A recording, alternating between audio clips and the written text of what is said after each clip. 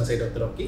Saya Dr. Friska. Hari ini kita akan membahas tentang penyakit demam berdarah. Nah, sebenarnya ini kan udah banyak nih orang tahu tentang penyakit demam berdarah. Tapi coba dijelasin sedikit lagi dok tentang penyakit ini. Ya, jadi kalau demam berdarah mungkin seperti kita tahu itu disebabkan oleh gigitan nyamuk ya dok ya. Dia jadi bisa Aedes aegypti ataupun Aedes albopictus yang betina. Nah, ini harus diingat yang betina ya, karena kalau yang nyamuk jantan itu makanya serbuk sari. Gejala untuk demam berdarah umumnya demamnya tinggi mencapai 40 derajat, kemudian juga ada sakit kepala, dan gitu. Yang beberapa yang khas itu terdapat nyeri di belakang bola mata dan juga nyeri di bagian punggung otot gitu, mulai berasa nyeri.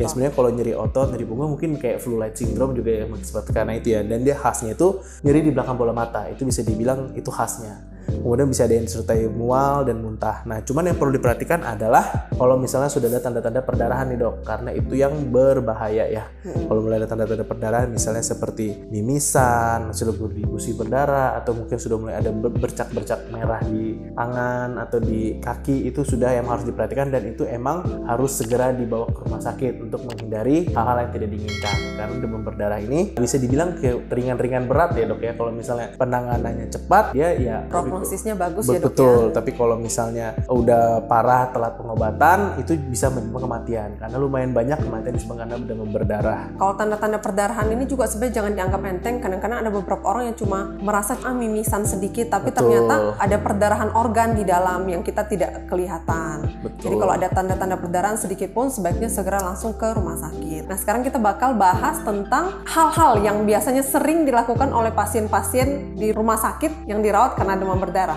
Sering banget nih di rumah sakit tuh kita lihat baik pengunjung ataupun keluarga dari pasien membawakan minuman berupa minuman isotonik ataupun jus, terutama jus jambu. Kira-kira ada hubungannya nggak sih dok dengan proses penyembuhan dari demam berdarah ini?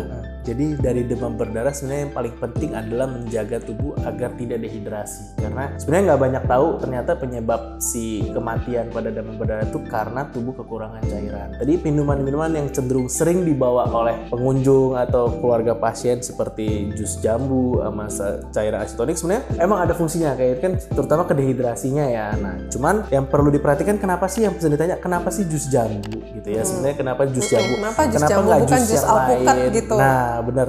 Karena jus jambu ini diyakini dia bisa menghambat pertumbuhan si virus dengue dalam tubuh, di mana zatnya itu yang dapat membantu itu adalah flavonoid jenis quercetin dok. Dipercaya bisa menghambat si virus dengue. Tapi ya terlepas dari dia bisa menghambat atau tidak, emang yang paling dibutuhkan adalah kebutuhan cairan. Nah, seperti halnya sudah sempat kita bahas, kalau misalnya sudah terjadi perdarahan, kebutuhan minuman ini kurang membantu ya. Makanya situ kenapa harus dibawa ke rumah sakit secepatnya supaya bisa mendapat penanganan intensif menggunakan infus. Kalau lewat infus kan langsung masuk pembuluh darah. Betul. Ya, jadi kalau buat yang bawa awal-awal ini membantu, tapi kalau misalnya udah terjadi perdarahan agak sulit ya dok ya. Walaupun ini masuk tetap harus membantu dengan infusannya. Seperti itu. Oke, sekian pembahasan kita tentang topik hari ini. Jika ada yang masih belum jelas, boleh langsung komen di bawah atau langsung DM kita ke Instagram @kamidokter Indonesia. Saya Dr. Friska. Saya Dr. Oki. Pamit.